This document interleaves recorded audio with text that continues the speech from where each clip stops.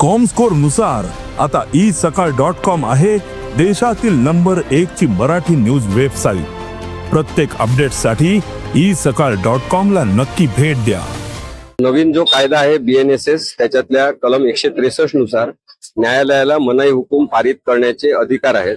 आधी criminal procedure कोडच्या कलम 144 मध्ये सुद्धा हे अधिकार होते, परंतु दुर्दैवाने कधीही जिल्हा न्यायालयामध्ये अशा प्रकारच्या अधिकाराची मागणी करण्यात आली नाही। त्या संदर्भातला अर्ज आम्ही केलाय की जी व्हिक्टीम आहे स्वारगेटच्या बलात्कार प्रकरणातली, तिच्या चारित्र्याबद्दलचा संशय व्यक्त करणारे, तिच्या चारित्र्यावर शिंतोडे उडवणारं कोणतेही वक्तव्य, तिचा अपमान करणारं वक्तव्य कोणी करू नये आणि जे न्यायालयात झालेलं आहे त्याचं वृत्तांकन करण्याचा अधिकार पत्रकारांना आहे। तो फ्रीडम ऑफ प्रेसचा भाग आहे।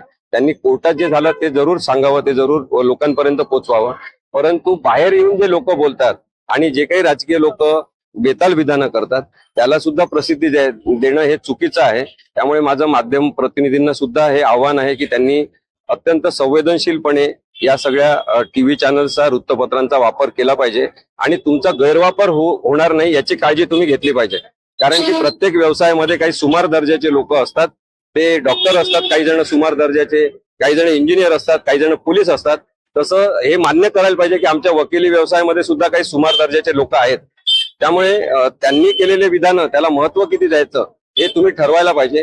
कारण की त्यांना तशा विधानांना महत्व दिल्यामुळे, तशा राजकीय लोकांच्या विधानांना महत्व दिल्यामुळे जे अन्यायग्रस्त म्हणून इथे न्यायालयामध्ये येऊन न्यायाची दाद मागतात त्यांचा आपण अपमान करतो हे लक्षात ठेवलं पाहिजे। तिने कधीच प्रयत्न केला नाही, ती आत्महत्या करणार सुद्धा नाही।